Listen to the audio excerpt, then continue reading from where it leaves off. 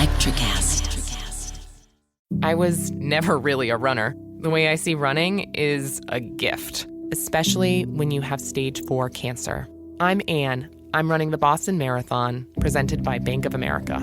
I run for Dana-Farber Cancer Institute to give people like me a chance to thrive in life, even with cancer. Join Bank of America in helping Anne's cause. Give if you can at BofA.com/supportAnne. What would you like the power to do? References to charitable organizations is not an endorsement by Bank of America Corporation. Copyright 2025.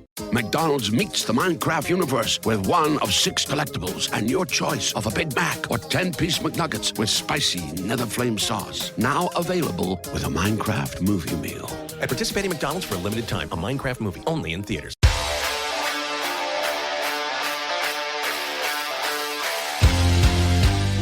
Welcome everybody to the weekly power ranking show. Just 2 of us today, just dos amigos. I am your host, DK Sizzle, Dave Clarke. I'm here with the real BK, Bob Kelly. But essentially, the two biggest cogs in the machine that is the power rankings, because you make them, and then I fucking host the show about them. So really, we're all we need. Even though I did offer for anyone else that wanted to come on, everyone's too busy. So here we are. No one ever takes our offers. I feel like we have to we gotta pull them on, bro. That's fine. I'm happy to be the underdog in the story. I'm happy. Yeah, no, I like that. We're gonna bring the main character energy tonight, Bobby, and we're gonna talk about the fucking probably most difficult power rankings I would guess that you've had to make so far. It's been a pretty drunk NFL season again. Like, we're gonna hit on a lot of the same themes that we do every week. There's storylines evolving. They might not be the storylines any of us expected, but they are definitely interesting narratives to follow along with. But this week, especially for the how typical it's become for the teams that were supposed to win to lose and the teams that were supposed to lose to win, for how typical that's become, this is still a very atypical weekend. So let's get right into it. I see that you have, oh my God, did I scroll all the way? No, I didn't. I was in our Discord chat. I was like, did I scroll all the way up to last week's power rankings? And then I was like, no, this is this week's. They're very different. Okay, here we go. You know what I should actually say? Last week's power rankings. Let's start there. Last week we had 10 Dolphins, which we decided on, right? We landed on the Dolphins. Yeah, we did decide on them. 9 Giants, 8 Seahawks, 7 Titans, 6 49ers, 5 Vikings, 4 Cowboys, 3 Chiefs, 2 Bills, 1 Eagles. Now, 3 Chiefs, 2 Bills, 1 Eagles has been ever present, really, it seems like, for the last few weeks. Has it been changed? Have things happened? Listen and find out. So let's start off with a bullet right away. Number 10. Fuck these guys, the Miami Dolphins. Honestly, I was in for the Cinderella story. I was in for the Tyreek Hill and Waddle dynamic wide receiver combo. The Tua's actually playing out of his mind. All the rhetoric out of their training camp in the offseason was true. And then they stole a game last week from the Chicago Bears. Like, they stole a fucking game. I'm not saying it was their fault. There was a clear grounding call that Tua threw the ball right into the ground that wasn't called. Followed up almost immediately by a terrible Chase Claypool pass interference. He was literally hooked around the waist and pulled down on what would have been the biggest catch of the game, or the biggest throw of the game, or the biggest yards of the game. It was a game where Justin Fields showed out, like absolutely just studded all over the fucking field. And the refs took that from him. The refs took his fucking breakout game from him. And I know it's not the Dolphins' fault, but by proxy, they're just going to have to grin and bear it. And also, I'm going to use this opportunity to just talk about the fact for a second. I hope you'll indulge me. The Bears offense is like super legit. It's super legit. So legit. And it's like, I can't believe we kind of knew they were, though, when they almost put up 30 on the boys, because no one puts up fucking 30 points on the Cowboys. We talked about no one puts up 30 points. No one. And that defense looked a little bit susceptible. Now, It does sort of seem like maybe it wasn't just the Cowboys' like dynamic offense absolutely shredding the Bears defense. We definitely have some holes, especially since we've made some big trades. But fucking hell, can Justin Fields play? He's God, legit, man. His stock has gone from, like, I don't know, if you were to go 1-10, it was like a 3. Now it's 8 or 9. I would call him. I would safely call him right now. Yeah, I agree. Thank you for saying that. It makes me feel like I've had a couple of weeks in a row where the losses have stung, but it's like, okay, they sting, but like, I like the direction we're going, so it's okay. I feel like you should. So, I don't know if you listen to PM, but Big Cat says, like, listen, I want Fields in a position to win these games. This is what I've been saying. That's perfect. This is what I've been saying for weeks, dude. But we need to lose. but we need to lose. You know what I mean? Like he's like, I'm okay with losing as long as Fields looks because we have our own draft pick. I understand why he's saying right. That. And I do get that. And I do want, I would love to see that draft pick used on a guy to build a defense around, like a guy that, like, what, you guys getting Fitzpatrick, like that's sort of a pick where you can just sort of say, like, we're going to build an offense around the identity of a player that comes out in the first 6 picks of the NFL draft, which I love, but I still hate watching the team lose, if that makes sense. So I think on that note, I guess let's talk about the actual power rankings. So for better or for worse, all jokes aside, the Dolphins won another game. I think too, it does look like essentially, yeah, a lot of dudes could make those plays with those weapons, but he's the one doing it. So you can't really take that from him. And the Dolphins do look better when Tua is their QB. So on the pendulum, let me ask you, on the pendulum swinging between Tua being possibly a guy that could get this done for this organization, maybe not this year, but at some point, and him definitely not being the guy, considering some of his play over last season, where are you with him? So I'm a what have you done for me lately guy, and this year, man, Tua's stats stack up with the best of them. You can't deny what this dude is doing. Like, I know he has Hill and Waddle. I get it, man. But for you have those 2 speedy wide receivers, so you have to be accurate with these passes, because that's what makes this offense so electric. And how do you do that? You get one of the most accurate quarterbacks in the NFL, and I feel like that's what Tua's kind of solidifying himself as, right? I mean, he's like 72% completion percentage, right? Yeah. So he's putting up stats, man, that are legit number 1 quarterback, like top 10 quarterback stats this year. No doubt about it. Yeah. Yeah. No, I mean, I agree completely. I feel like their defense still needs a lot of work. I know they brought in Chubb, he's like a linebacker, right? Like an outside linebacker. He didn't really look like he was going to come in and make an instant impact, like, say, Roquan Smith did for the Ravens. Like, Roquan Smith walked into the fucking into the Ravens linebacker core and just absolutely started fucking making plays, which is what he was doing in Chicago. Like, kind of seemed like he was a Raven the whole time, didn't it? Yeah, it's a similar. It's it's like if you're a guy of an organization like that, like the Bears, the Ravens, like these sort of defensive franchises. I feel like he was drafted with a certain profile in mind, and it's like you can probably make a 1-to-1 switch to Baltimore from Chicago better than you can. Like, I understand it's like, we're not in the Ray Lewis Barnerlucker era anymore, but like this is still like what these franchises' identities is and should be. So you go get a Roquan Smith in Chicago, he should be able to go play in Pittsburgh. He should be able to go play in Baltimore. He should be able to go play in these places. New England. He should be able to play in these places that like have sort of a defensive pedigree. Didn't really notice that with Chubb as much, but maybe the Bears offense, like we talked about, is just sort of legit, and like it wasn't really down to the Dolphins defense. But where do you stand on their team overall? Yeah, I want to compare them to kind of like we did last week with the teams that were left off, and I just want to see like the 49ers. Are you going to see the 49ers? Well, the 49ers are on here, so yeah, they are. Yeah, but I thought that's because that to me, I think they have a similar profile. They do, yes, they do. But I want to. So, do you think? So I the Dolphins, right? So they have a suspect defense. You're 100% right about that. They've given up more than 30 points multiple times this year. Yeah. They give up more than 30 points to the Lions. So yeah, more than I think that I'm obviously biased, but I think the Bears would have done that to a lot of teams last weekend. But I think that they still obviously have some holes that were exploited. Yeah, no, your offense is legit, man. I know, it's great. we can talk about that in a minute. But Bengals Dolphins is Dolphins, right? Yeah, it's Dolphins. Titans Dolphins after that show out on Monday, still Dolphins, right? Yeah, it's definitely still the Dolphins. All right. It's weird because I feel like the fucking Bengals like dog walked a team too, and it's still like they're so trick or treat. It's like hard to trust them because it's like, what are they going to look like next week, right? Yeah. So the Dolphins are like becoming weirdly trustworthy. I think is sort of where we're getting to with this conversation. Like Tua is like starting to make me like trust him a little bit more. Like the coaching staff is making me trust him a little bit more. Like there's teams on this list that I wouldn't trust as much as the Dolphins, but I understand why they're ahead in the power rankings, if that makes sense. There's also this sort of ingrained thing of like thinking the Dolphins suck because I wasn't alive in 1972.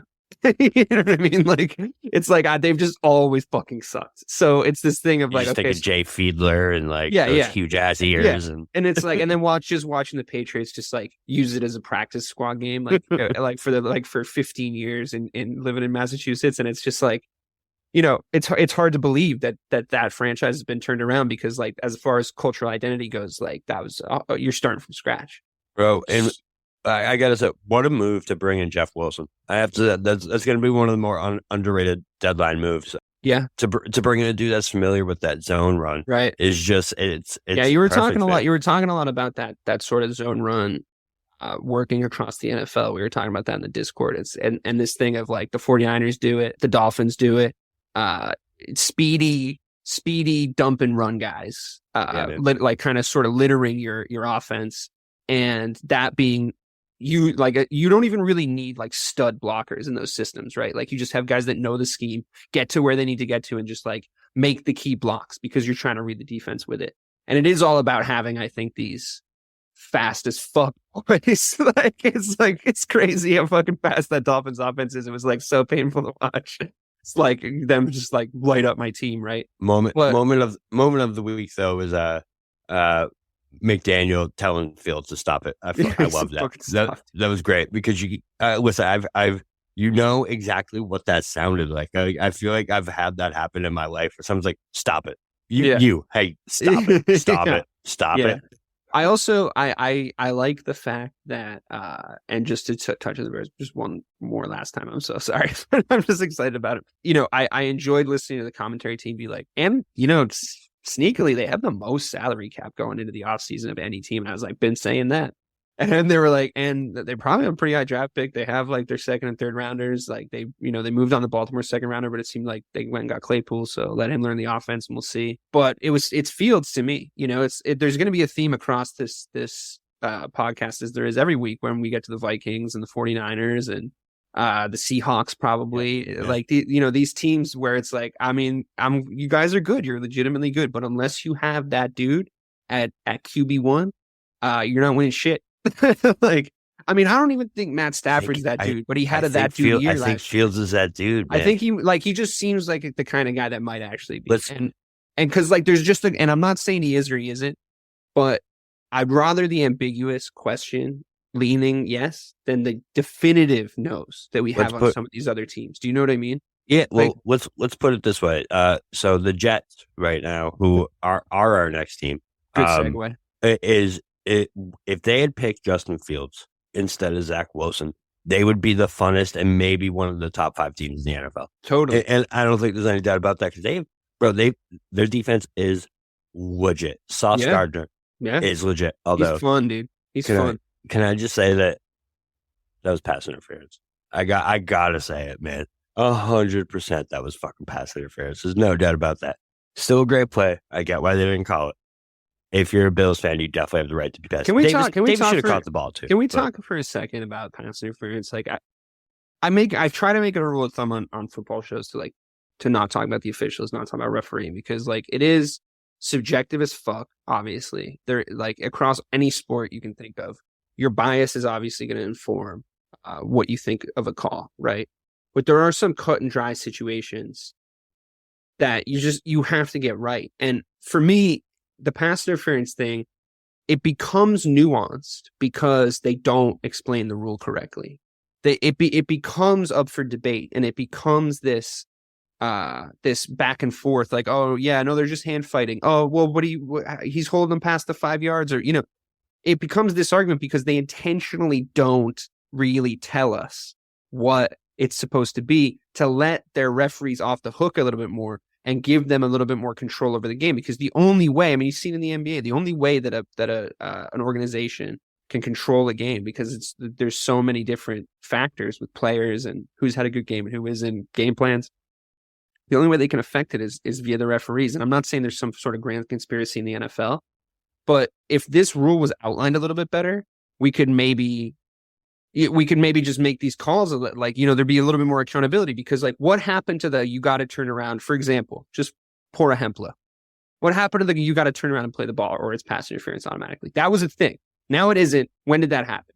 I feel like it should be a thing. It's still You know what technically I the mean? thing Like, is like it's not. It hasn't been like taken out of the rule book. It's still like in the like on paper should be the call, but it Yeah. is. I guess that like you're reacting to the dude, so like you're not trying to interfere. You're putting your hands up to play the ball but like, bro, Yeah. if you're not turning and making a play on the ball, you're literally doing. Your only thing that you could do is interfere with the pass. You know what I mean? That's I don't know, but yeah, I completely agree. I think it's just. It- I think it's it's just- a rule that has made the NFL look fucking stupid in recent memory. Was it a playoff game or like a game to get a team into the playoffs where it was like, I think the Bengals were involved, where it was like the worst pass interference call right at the end of the season or at the start of the playoffs. No, it was the NFC Championship game. Was it that big of a game? It was the Saints and the Rams. That's right. Remember? That's right. And That's he right. fucking That's right. he Yeah, literally it's all tackled the coming dude. back to me now, and it just wasn't called right. So yeah, I think to simplify it as a rule, here would be my suggestion, and I want them to look at my cancel kickers and punters completely suggestion first, but after that, look at this to simplify it. If you touch the other guy before he begins to try to catch the ball, it's pass interference. That simple. And when I say begins to try to catch the ball, I think there's a moment, right? There's a moment where he's like, okay, I'm running. I see it. And then that third phase of like, I'm going to catch it. His hands come up above his waist. You could, deal with the nuances of that.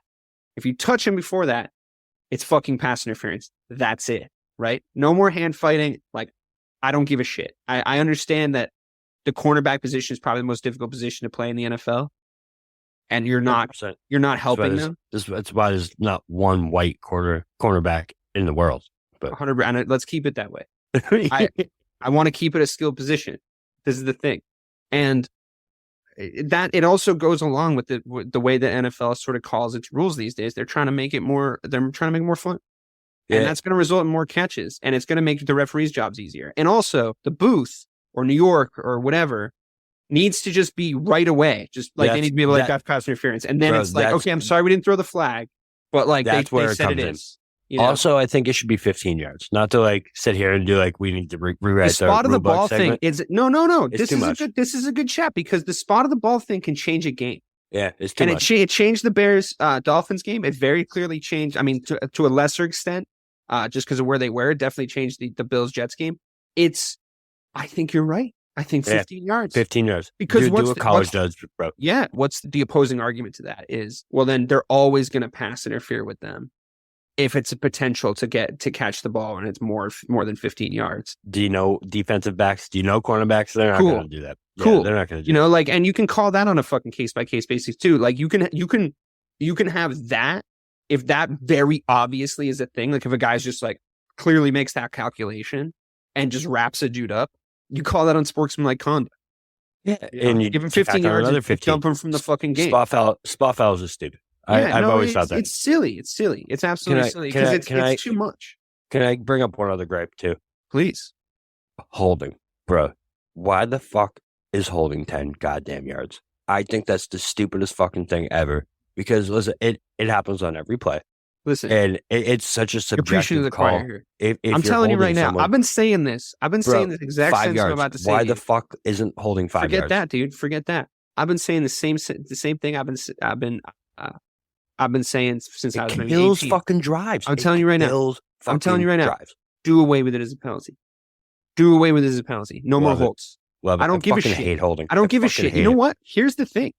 Offensive linemen at a disadvantage. They are at a disadvantage already. They have the harder job. They have to stay inside your fucking whatever. I don't give a fuck anymore. If you want to sack the quarterback, it's going to be difficult. It's going to be difficult. And maybe they'll hold you or whatever the fuck. But I don't care. Fucking do away with it. Just do away with it. If you want to sack the quarterback, you got to steamroll that guy in front of you. You got to fuck him up. And you got to get to the quarterback. And he tries to hold you, but he can't. How many times have you seen that? Those sacks happen all the time where they're getting held, but the dude's just such a monster. He's getting to the QB. That's what's happening. There's nothing you can do about it. You can hold him. You can pull his jersey. He's getting there. That's the kind of sack I like anyway. Fucking hold him if you want. I don't give a shit. Holding for everybody. Everyone in the bar gets a hold. I agree wholeheartedly. And it just changes games. There's too many fucking games. It just, bro, The better team Especially- loses when those especially with the Cowboys. I don't know. Especially with the Cowboys in my life, there have been so many games where the outcome, the momentum of the game, like you feel it, bro, because you get like a huge run. And football and is you're such a like, momentum yes, sport. bro, let's go. We're Yeah. here. We're here. Holding. Yeah. On fucking Flozo Yeah. Adams on the Cowboys. You know what? Another one that needs to go, blocking the back. Get that out of here. Everyone can block in the back. Isn't that safe now? It's safety issues. Yeah, like they give a fuck. And then, like, that's I mean, it. dude, you're fucking telling me, bro. How many kick return and punt return touchdowns have you seen since Devin Hester made it a cheat code and they had to change all the rules? Yeah. And they were like, Yeah. we're kicking off like from a different place now. And like, it's just all fucking touchbacks. And it's like, cool. Like, nobody's returning kicks anymore. I'm at the point where kick returns where I'm like, I feel like the numbers are probably, you're more likely to fumble than score a touchdown. Like, don't ever return it. Just fair catch it every single time or let it bounce. Okay, so if we're just going off on the tangent, I'm going to give one more. Why the fuck did they change overtime so both teams get the ball and shorten it by 5 minutes? Can anyone fucking explain that to I me? don't understand. Can the anyone rules at all. explain to me that they're like, all right, we're going to give both teams the ball, but we need to shorten it. And then if they don't score, they tie. Like, I just never. So Why the fuck are you doing that? here's Why the fuck did you? I got an shorten it? idea for this too. I got an idea for OT also. I think you get 15 more minutes, right? But you can't kick field goals anymore. That should be Only the rule. touchdowns. Only touchdowns. I fucking And love it's it. and it's not fucking sudden death. It's not sudden love death. it. It's just 15 more minutes and whoever's up at the end. And then guess what? If you're still tied, you play 15 more minutes keep and going. nobody can kick field goals. And then if everyone's still tied, you put sorry, someone's gonna score. So like let's fucking see. Like let's No just extra go. points either. 2-point conversions. No, just touchdowns. Six pointers. 6 pointers. That's it. You gotta do the extra play. All right, fuck it. Yeah, 2-point conversions then. 2-point Because that's conversions, cool. right. Because then everyone has to go for two. It's like And college then- football. It's like and college football then- when you get to which like is- the fifth overtime. Which leads me to my larger point. Make that always the rule. No more field goals. No more punts. Just take them out of the game. That's your initial break Just the ice. take 'em out of the break game. the You gotta- ice. 4 downs. It's going to make it a higher scoring event if you do that. You're going to score more if you do that, right? It's like, think about it.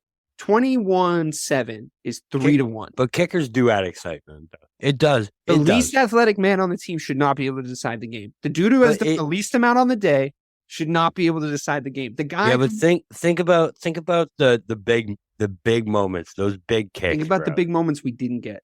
Think about the big moments we didn't get because kicks happened that are Yeah, way fucking But cooler. him than missing kicks. it is still a big moment, right? I understand, but like if he Wide if, right. It's if wide you right. if you take kicks away, Listen, how I've many said this from day catches one. did you see? I've said this from day one. This is double doink PTSD. From that moment, No, you had listen to this me. theory in No, your head. don't pre double doink. You had a theory, and No. then after the double doink, you're like, it's no longer. don't a make theory. light It's of just this that. definite improvement that would happen in the NFL if they did my rule. Think about the catches you haven't seen because they chose to punt or kick. Think about those catches that you haven't seen. It they're gone. They're lost in the ether because they had to punt or kick. Anyway, we got to talk about the fucking New York Jets. Yeah, sorry, we can't rewrite the game of football on this podcast. We can.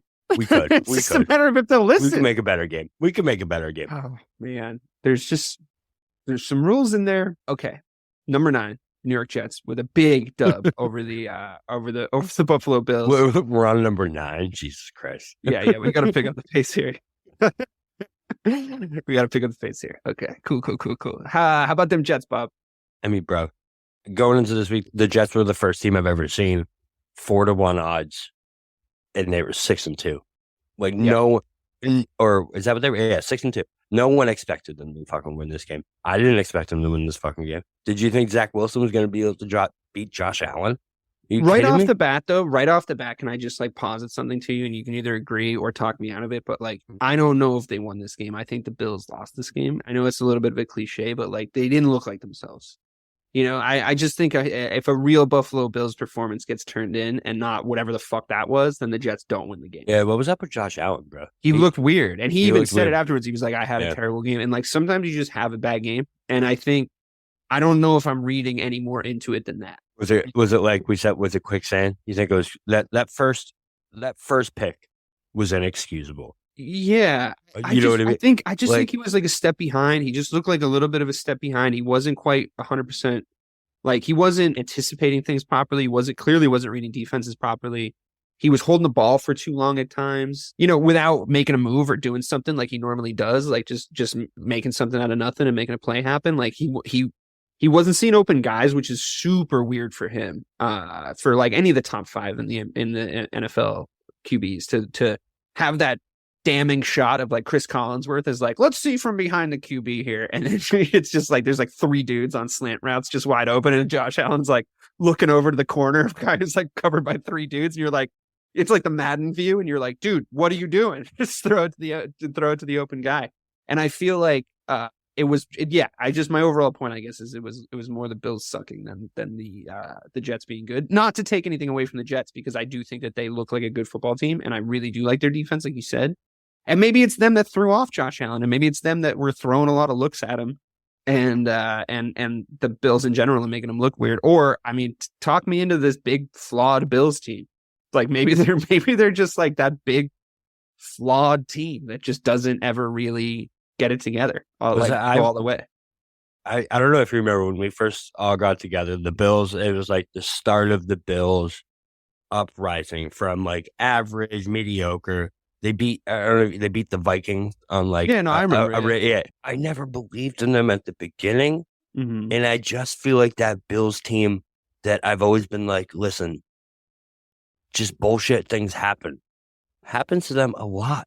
Like not a lot, but like it creeps back in every once in a while. You remember that Jags game last year when they lost like 9-6? There's a flaw in the DNA or something. Yeah, they're just fucking weird, man. Like if I said to you, like if I had a time machine and we went 5 years in the future, and in 5 years, both the Bills and the Dolphins are similarly constituted, with their big players remaining the same and their coaching staffs remaining the same, but the Dolphins are clearly a better team. Would that be the craziest thing you've ever heard at this point? I don't know. No, I'll even add in one more. And the Jets, the team that we're actually talking about, number 9, I think the Jets, if you were to add up everyone's team, because of the defense, if they can keep that together, bro, defense has a word I'm thinking. Defense sticks around for a long time. You know what I mean? When you can build a core of a defense, it's more about personality, chopping and changing personnel around a core group of guys and around mentality in a defensive locker room, around like a mindset, exactly. So a culture, as opposed to an offense where you're like, no, you got to go get yourself some studs that like clearly make some shit happen. If it's not Zach Wilson, if the Jets, oh Jesus Christ, if the Jets, calling me that, I'm just a man. If the Jets can get a quarterback that, if you were to grade a 5 to 7, if right now I say Zach Wilson's like a 3 to 4. If they were to get like a 5 to 7 guy, I feel like this team is legit, man. If you were to give me 5 years into the future of any of these teams, the Jets are a tough argument not to make, man. I got their Sauce Gardner is a generational bashing on your mic. I can really hear you. I'm sorry. Sauce Gardner is a generational cornerback, bro. Generational. Yeah, he really is unbelievable. He's really so fucking good. And I think those guys, but the thing is like you said, and we've talked about this on this exact show before, it's like you can build a defense with second round and onward draft picks, and you can build a defense with like smart free agency signings and good coaching. You can't go find that quarterback that you're talking about. Like, where is that guy? Everybody wants that guy.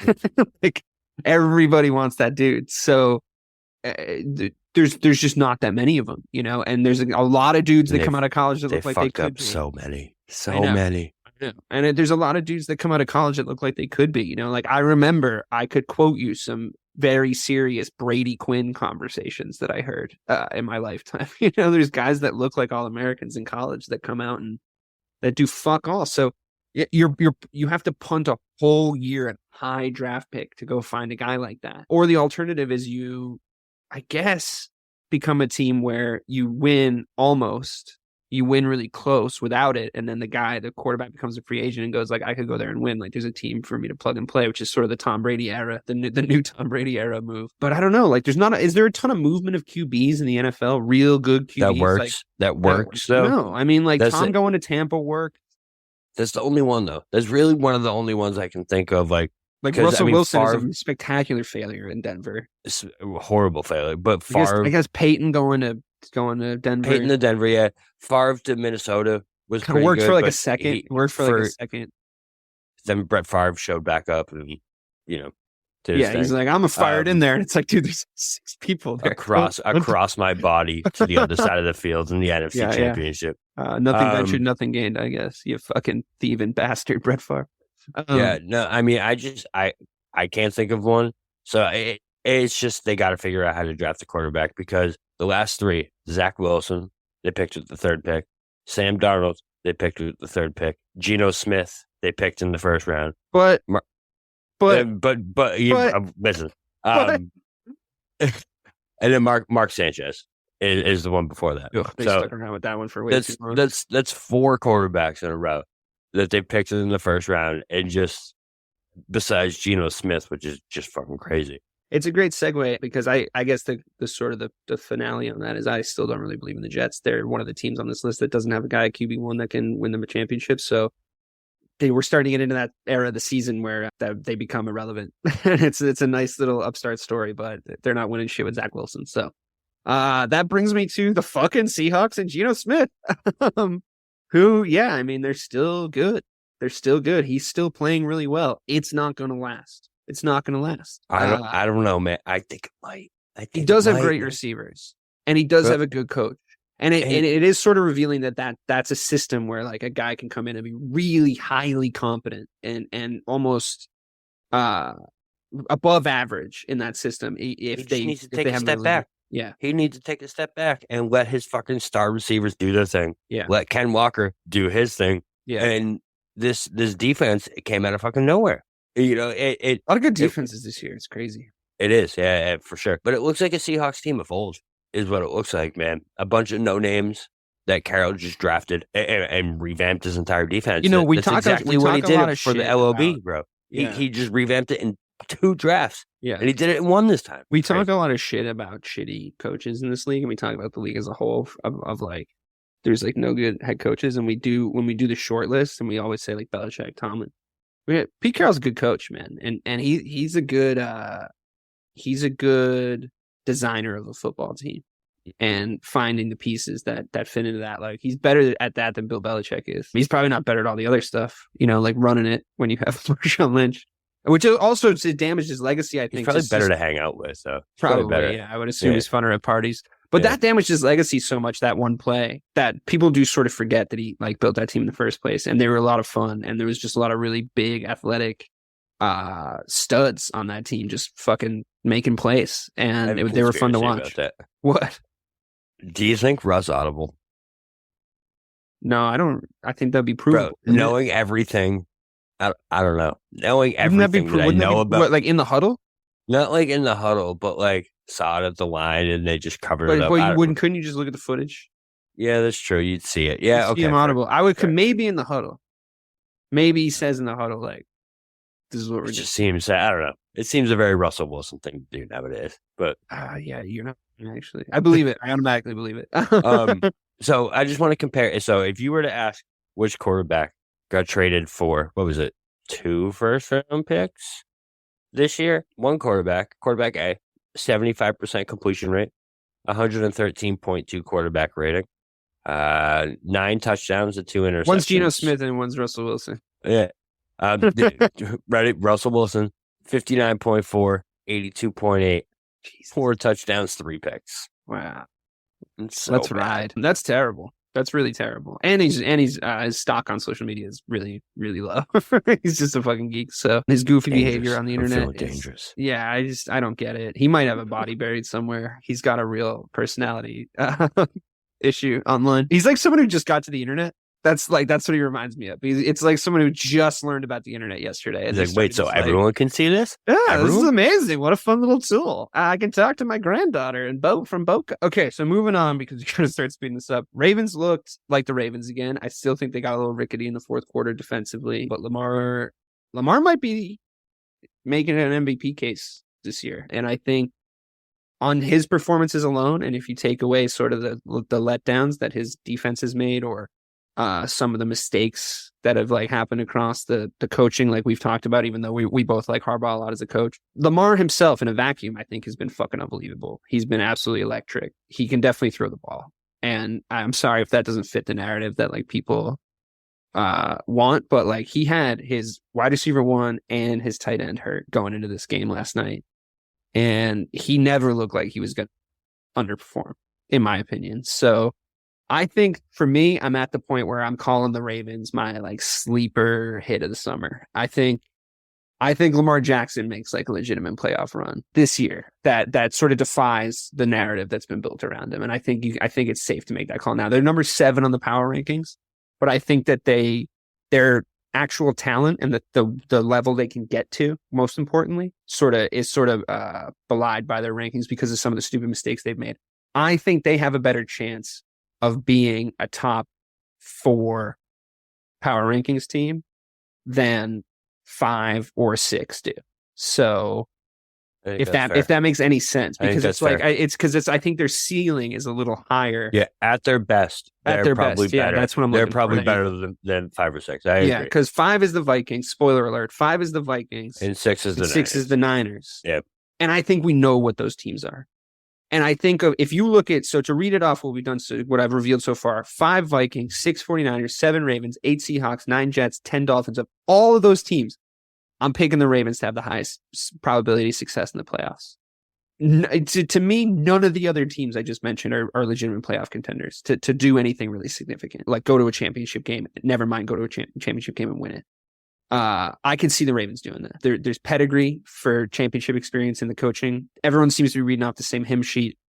That coach loves his fucking quarterback, loves his quarterback. The quarterback loves him, bro. Yeah. And he loves him like Coach Taylor, like Friday Night Lights, like that.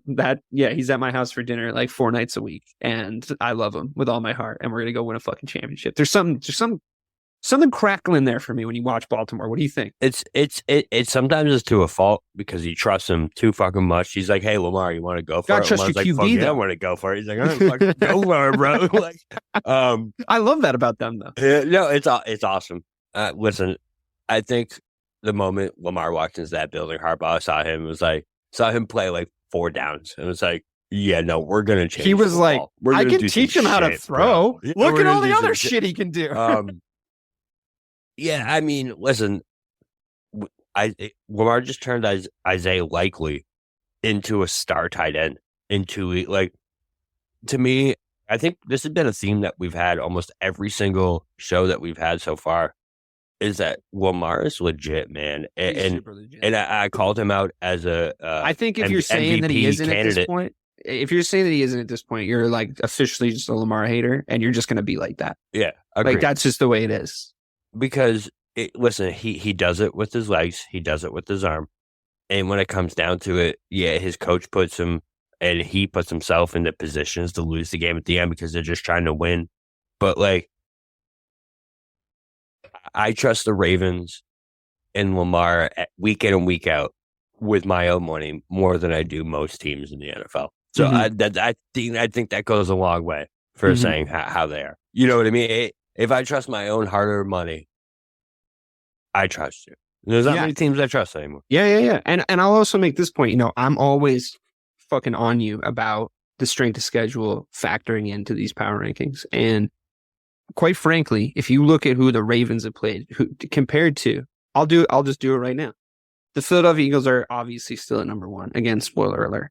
But if we compare their strength of schedule, I think it will reveal quite a lot. So let's just do that real quick.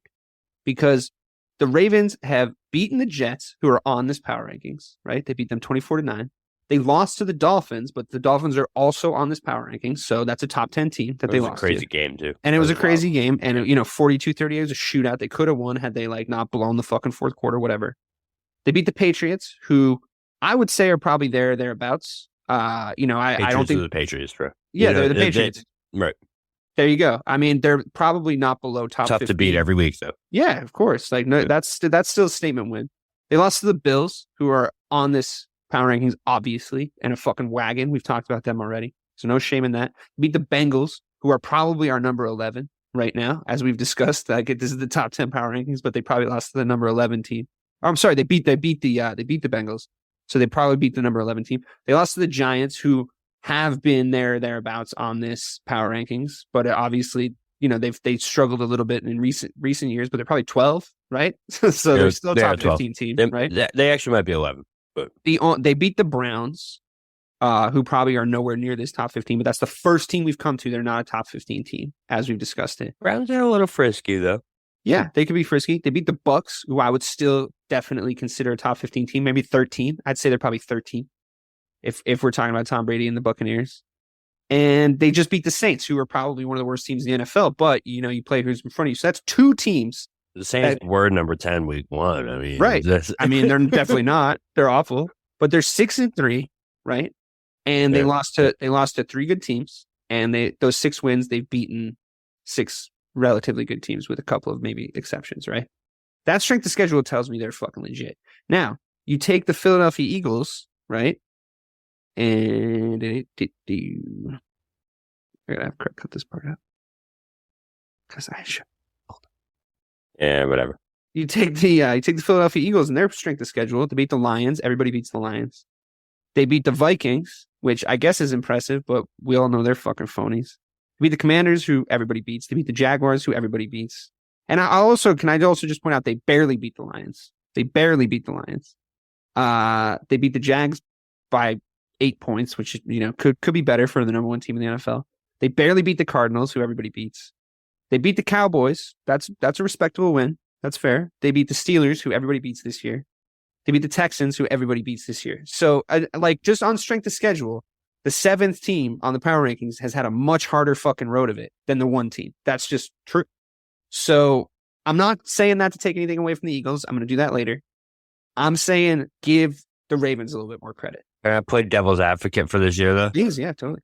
Listen, I don't think it fucking matters who you play this year, bro. This year specifically, I've never seen more teams that are fucking 1-7 competing with a team that's like 6-2. Yeah, this year is fucking wild. Sure, but I feel like everyone counts, but at the same time, that was a very good point. I mean, I'm just saying, I just as far as just heat makes swords. It's you gotta be sharpened by these very good teams that you're playing, and I think that's happening to the Ravens a little bit more than it's happening to the Eagles. And in the second half of an NFL season, it's a little bit more about grit than it is about skill. And I think the Roquan Smith move was so big, man, because he's a stud. Listen, you bring him in, and it makes Justin Houston, who is maybe the most underrated linebacker ever. Like, he's top 5 in sacks all time. Makes him fucking unstoppable this past Sunday, bro. He was unbelievable. Right. Because they couldn't contend with Houston and fucking Roquan Smith. Yeah. It's very difficult to do that. So the Ravens, man, they're legit. That's why they're back on this ranking. So, I still question Harbaugh. I know he loves Lamar, and I know he puts his faith in that. I get it. He's a good coach, though, Bob. I mean, he's a good coach. Is he? Yeah. You sure? Okay. What has he won? What has he won? That's what I always go back with it. Like, what has he actually done? Yes, he's been very consistent. Oh, he did win that Super Bowl. My bad. He won a Super Bowl. My bad. Shut the fuck up. God.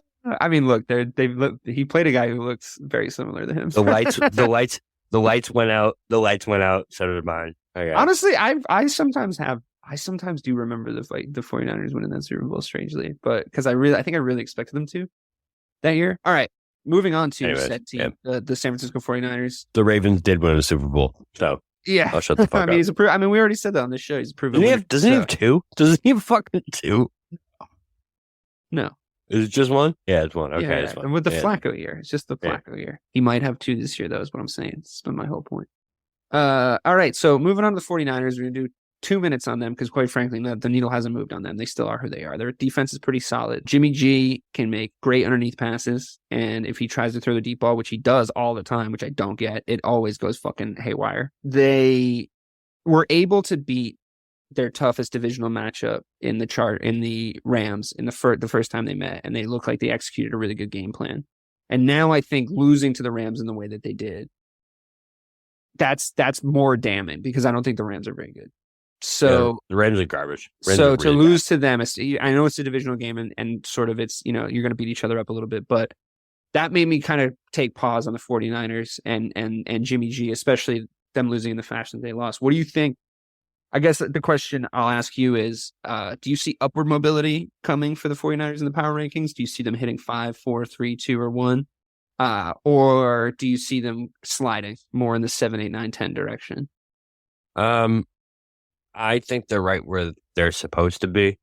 I don't think they're going anywhere, to be honest. I think they're going to stay right in that middle pack, man. This team is what you said, exactly what you said. The way I can see them taking a step up is if Christian McCaffrey gets 25 to 30 touches a game. Obviously, that's a huge doesn't get upside hurt for them, but it's the injury thing that freaks me out there. 100%, completely agree. But if he's healthy and he's getting it's possible he could have 200 all-purpose yards every game the rest of the season if he's healthy. I know, right? it actually is. Because with Jimmy G, bro, he's the perfect fucking running back for Jimmy G. Why? Because Jimmy G drops you're not back, asking he's Jimmy like, G "Oh, to fuck. I You're can't not go asking deep. Jimmy Let me G to throw it fucking win you a McCaffrey." game. That's why you're asking Christian McCaffrey to do Perfect. it. But yeah, I mean, I think I would hope they don't have the hubris to not do this. But the way that Patrick Mahomes and Tyreek Hill, I know that Tyreek Hill being a wide receiver and Christian McCaffrey being a running back, is he really a running back though? Like he's just an offensive player to me. Like that's how you got to use him. And I think how Pat Mahomes and Tyreek Hill used to hook up is the model that you should be basing your entire Christian McCaffrey, Jimmy G hookup. I know he's not Pat Mahomes, but he can make those dump off passes. He can make those underneath throws. And if they start to make that happen and let Christian McCaffrey run downhill, and you kind of have to take your balls in your hands a little bit and just hope he doesn't get hurt. Well, we haven't even seen Debo and McCaffrey healthy together either. That's true. I mean, they have a lot of weapons, man. They I literally like Ayuk. found- I like Debo. I like Christian McCaffrey, obviously. Yeah, they have a lot of weapons. They literally Jimmy G found, better not fuck this up. well, they literally found the two weapons that are perfect for Jimmy G because Jimmy G doesn't need to throw it more than 15 yards for the rest of the season. It should just be slants. It should just he be shouldn't throw it more than 15 yards for the rest of his career. There we go. Like, Even better. His deep balls are so bad. Anyway, we're not doing a Vikings segment because I'm just like You don't want to talk about Kirk Cousins pimping out on the fucking plane at 2:30 in the afternoon. No, because what we've decided already about the Vikings is that I heard somebody say on a different podcast that shall not be mentioned that he was like, yeah, I got a buddy in Minnesota. I was like, it's weird, the Vikings, right? They're winning all these games, but like, I don't really believe that they're going to do anything. And the Minnesota Vikings fan was like, yeah, nobody in Minnesota is excited. They all know. They all know that they're going to fucking end up sucking and Kirk Cousins is going to fail in prime time. Like everybody knows. So since everybody knows, and we've had this conversation every week for the past 4 weeks, I don't think the Vikings deserve any more airtime. That end is nigh. And, hit me in the comment section if you're that mad about it. You're in Minnesota. You're probably mad about everything. So moving on, what we're going to do, fun little game that we always do, because we also have another little surprise to fit in at the end of this show. We have been taking 3, 2, and 1 and doing a little segment It's about them. 4 now. Or we're going to go 4 now because the Bills have dropped down to 4. The Cowboys are now in 3rd. The Chiefs are 2 and the Eagles are 1. Can we just make that note? I know we're running along on time. No, we're The fine. Cowboys jumped the Bills. That's pretty notable, no? I mean, okay. Some caveats. The power rankings are made by a Cowboys fan. The Cowboys did not play. I try and take that into a negative effect, though. The Underrate the Cowboys. The Cowboys didn't play, and the Bills lost the game to the Jets. So the Cowboys didn't jump the Bills. The Bills fell behind the Cowboys. So it's another reason why since the Cowboys didn't play. No. I mean, I think the Cowboys have earned their spot. I think if you make the spot, you've earned your spot. I think if there's an argument to be made for you being at that spot, then that's all that matters. What I think we're going to see actually happen right now in real time when we play our little game is 4, 3, 2, and 1, Bills, Cowboys, Chiefs, Eagles, right? What we have there is we got 2 NFC teams now, and we got 2 AFC teams that make up the top 4. I like it. So I'm going to ask you this question.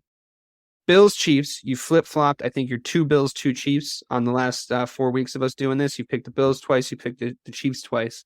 I've been consistently Chiefs. That has not changed, just to spoil that part of the segment, because you got to put some respect on Pat Mahomes, man. Like Josh Allen needs to win something to be in sort of any sort of conversation where there's a debate about their rivalry. That's just it.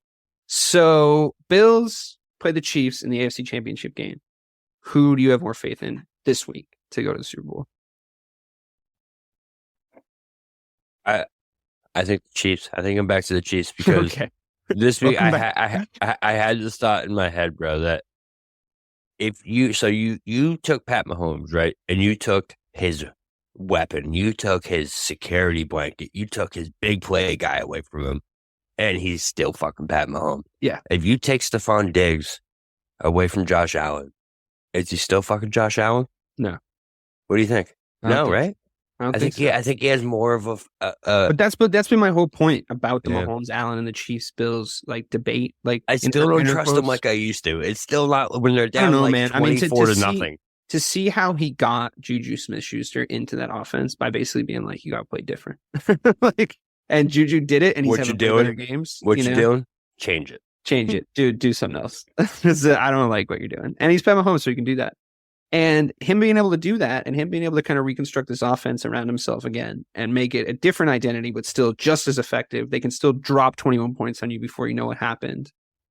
I think that's another piece to the puzzle that is like, why are we talking about Josh Allen in the same way we're talking about Pat Mahomes? Like he hasn't earned that. I'm not saying he won't, but I mean, Pat Mahomes is still on track to be top 3 at least all time. Like that's where we're going. So I understand the narratives need to exist, but I know I like waver back and forth on this. I just love having both of them and be like, well, he's better. No, it's great. It's what we do here. Mahomes is so underrated with his legs that because he doesn't use it. He doesn't do it unless he has to because that whole kneecap dislocation thing. Right. But Josh Allen is he is his running ability. You know what I mean? Without his running ability, I don't think Josh Allen is his arm's amazing, but I don't think he'd be able to read offenses and do it like Mahomes does. Right. If Mahomes uses his legs as a luxury when he has to. Yeah. And when he does, he's effective with it. So it's just, I feel like that's where it kind of tips the favors in Mahomes a little bit.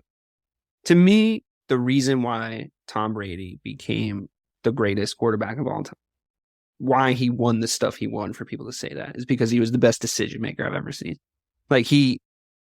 Sometimes he was in situations where there was no good decision, but he would always choose the best bad decision. And sometimes he was in situations where he had to make a series of amazing decisions, and he would do it every time. Almost every time. It was tough to bet against him.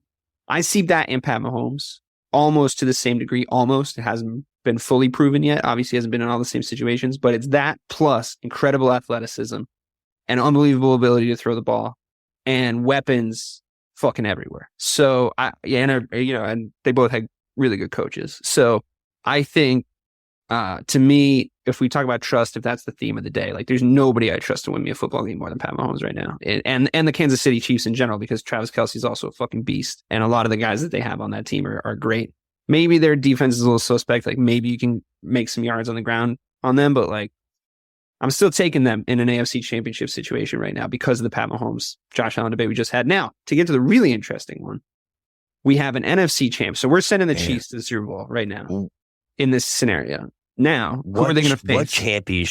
What a championship weekend this would be. Probably the championship week. The best ever. Would this be the best championship weekend ever? Ravens, Chiefs, Bills, Cowboys, Eagles. I really do believe in the Ravens. But yeah, so say this is the championship weekend as of right now.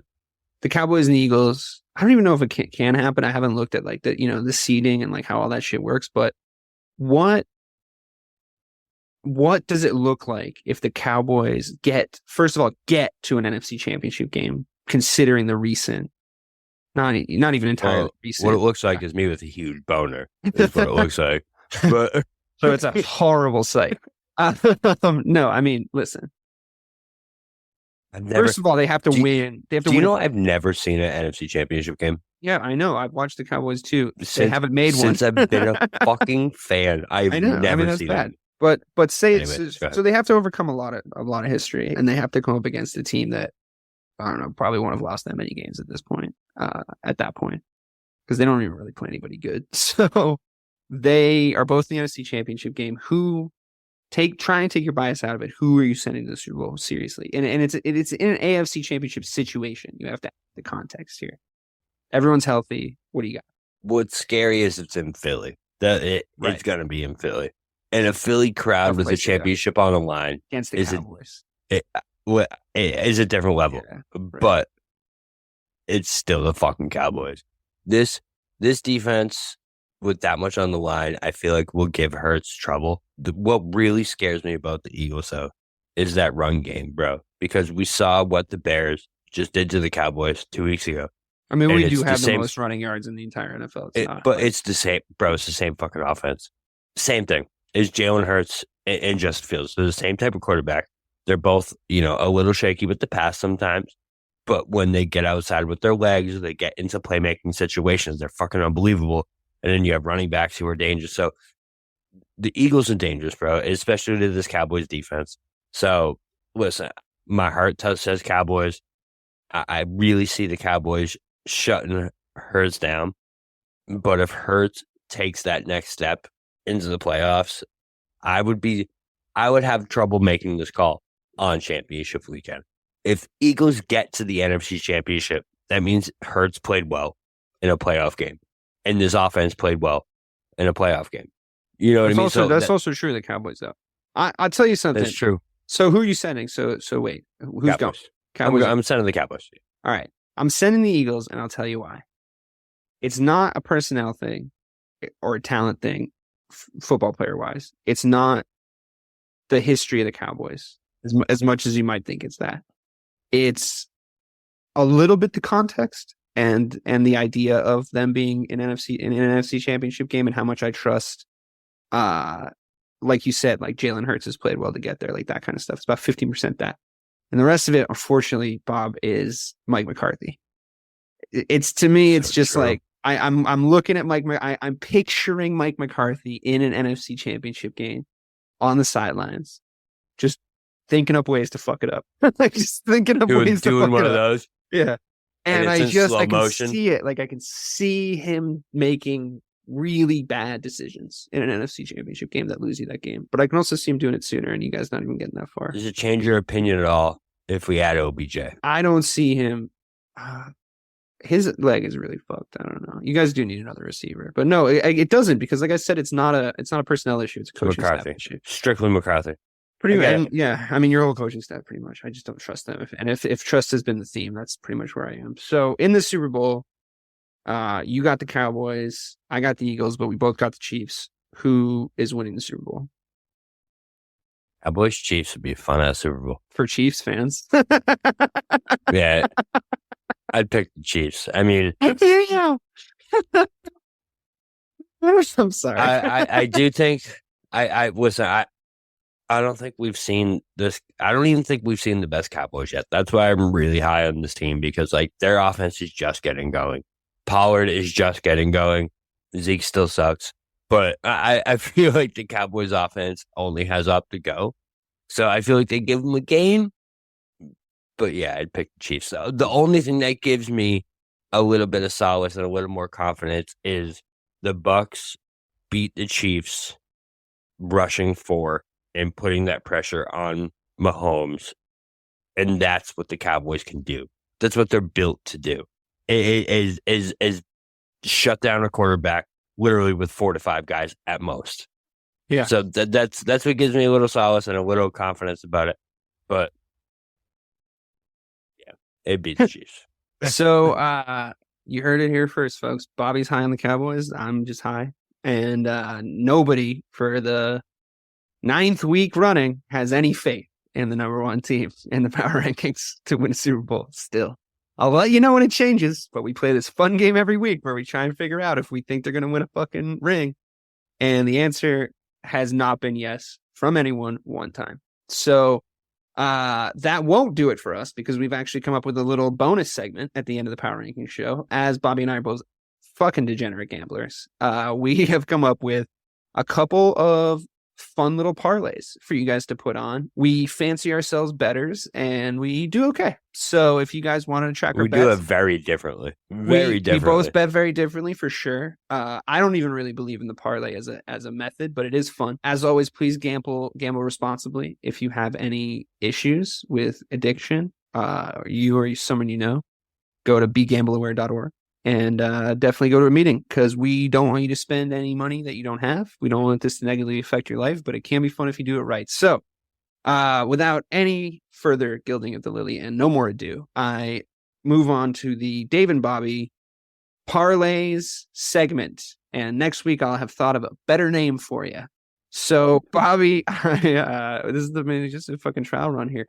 Bobby, why don't you go first? Tell us, you had 2 NFL parlays, yeah? Mm-hmm. All right. So Bobby's got 2 NFL parlays, and I've got 1 NFL parlay, and then one little mystery box one with some other stuff going on around the weekend. So why don't you do yours first, Bobby? Then I'll do one. Then you do one. Then I'll do my last one, and then we'll call it a day. Sounds great. So first, before we get into it, I just want to announce that I did hit a fucking 8-leg parlay this past week. Oh, wow. Best betting hit of my entire life. Oh, wow. Stunning. Tom Brady almost fucking killed me. Literally almost killed me dead in my seat. Right. But he came through. He's like the GOAT, look bro. At you. Look at you. All right, there's his credentials. Yeah. So my first one is a 4-leg underdog parlay. This is how I roll. I like to bet small, win big. Low risk, high reward. So I got the Seahawks over the Bucks. We saw what the Bucks were this past weekend. I think the Seahawks are legit. Vikings over the Bills. Only reason, it's low risk. Remember that. Kings over the Bills is they're 7-1. It's to see if you're legit time, and it's at 1 p.m. Kirk Cousins, 1 p.m. Kirk Cousins is the Superman. Broncos over the Titans. I don't really know if I believe in this Titans team. They look really good against AFC South teams. Look kind of crappy against other teams. We don't know if Tannehill will be back. Broncos, let's ride. And Chargers over the Niners. Herbert is Herbert. You were predicting him to be MVP at the beginning of the season. So who's to say he can't go in and beat San Francisco? He's not going to be, though. He's not. But he can still beat San Francisco this week. All his receivers are hurt. It's 400 to 1. That parlay right there would be 400 to 1. So you bet $1, win $1 million. $5 to win $250. Wow, so that'd be a great day. It'd be a great day. Okay, I play it a little differently just to see the sort of contrast in our styles here. I have a 3-leg parlay, and I like to bet in units of $10. So I got 5 units on this. The Chicago Bears money line against the Lions, which is at -150. I think the lines look very gettable. I think the Bears are on a hit streak. I think they're if they kind of come into their stride. I think people score a lot of points on the Dolphins, and the Bears are scoring a lot of points. So that's -150. I got the Giants over the Texans because I think that's a gimme, and so does Vegas. That's -210. So the Texans are awful. The Giants are not. The Giants need to win this game to sort of stay in the conversation. As you heard, they weren't in the conversation tonight in the power rankings. And then I got the under Seahawks Bucks because I think if the Buccaneers win games, they win low scoring games, and I think the Bucks are going to win, but I'm not that confident. So I took the under 44.5 at -110.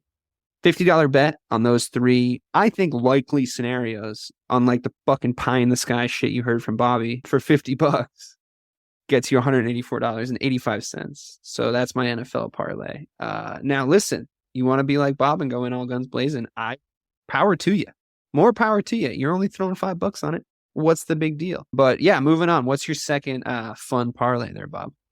So my second one is actually just for the. So actually it depends. I'll throw it out to you. So I have another bananas one, or I have another one that's a little safer. Do the bananas one. You want the bananas Do both. one? Just tell me both of them. All right. So I have an 8-leg parlay. This is $5 to win $1,000. Wow, that'd be a great day. Yeah. So Falcons -3 over the Panthers. Bears -3 over the Lions. Saints -2.5 over the Steelers. Dolphins -3.5 over the Browns. Bills -4.5 over the Vikings. Titans -3 over the Broncos. Cowboys -5 over the Packers. Chargers +7 to round it out Sunday night. over the 49ers. I actually don't hate that. I think Right? there's a lot of smart bets in there because you told me the other one that you're about to tell the listeners, and I was like, that is not hitting. Because you told me that before the show, and I was like, no fucking chance. But That was the one I me just said. Yeah, that's not bad, right? That's good. Because if you look down that list, all those teams are pretty much should win those games. Sometimes there's no upset weeks. Sometimes that happens. Not this season in the NFL, but sometimes it happens. All right. Well, tell me the other one. So this is just for Thursday night. Cordell Patterson to score 2 touchdowns, and the Falcons to cover alternate spread of a touchdown, 6.5. It would be good for you if Cordell Patterson scored those 2 touchdowns because it not would only are we playing each other in fantasy this week, you would not trade me him. 8-1, baby. And your reasoning for not trading me him was, I think I'm doing okay. So that made you my mortal enemy in fantasy football. So I really hope I beat you this week. Although your team is a wagon, but I've done a little bit of restructuring. All right, to round this out with my last parlay, it is a non-football one and 2 of the 3 legs. At the football portion, I do have the Panthers plus 130 over the Falcons.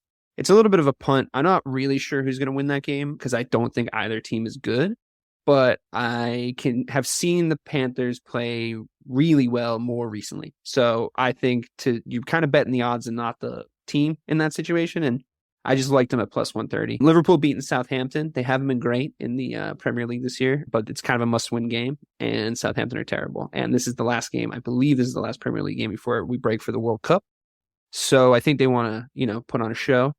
That's why it's minus 400, but that's why we're parlaying. And then my only lock of this entire sports weekend coming up. And let me tell you, this is a fucking lock.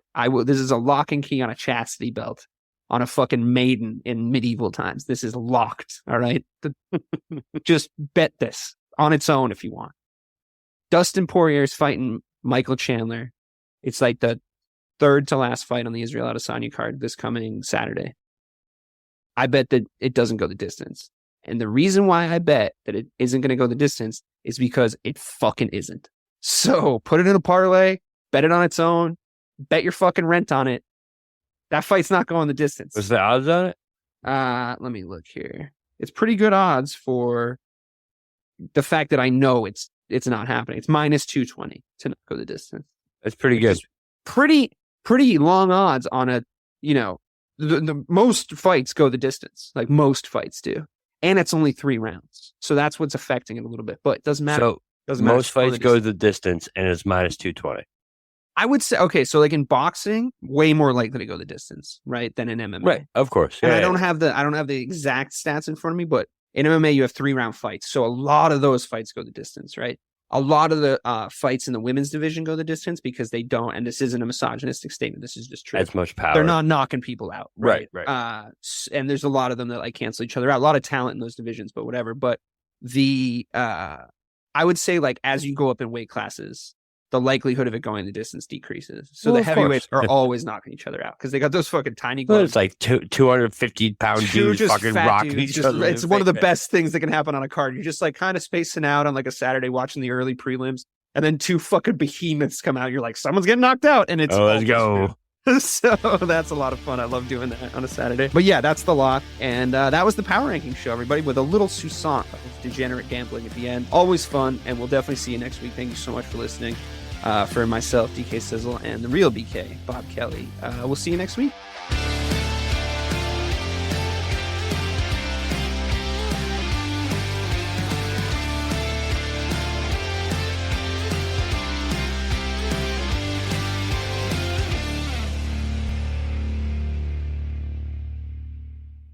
Hi, I'm Sherilyn Fenn from Twin Peaks. What did you do on your last Saturday night? Did you hear something? Toilet paper. There's nada. The reserves have gone dry. People are hoarding it. I should have done that. They're all out of hand sanitizer at my Target. Mark, when did you last watch the news? We are getting reports of forced quarantines in China, Japan, and now Italy. You're cutting onions in half and putting them around your apartment. Yes, exactly. It kills the COVID. Excuse me? Let's go, get in. Vamos, rápido. Have you ever driven one of these? Never. I'll drive, ladies. I've got the keys. Excuse me, I'm lost.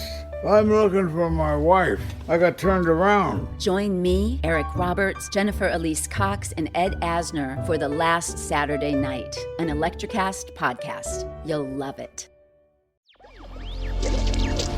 Electrocast. Electrocast.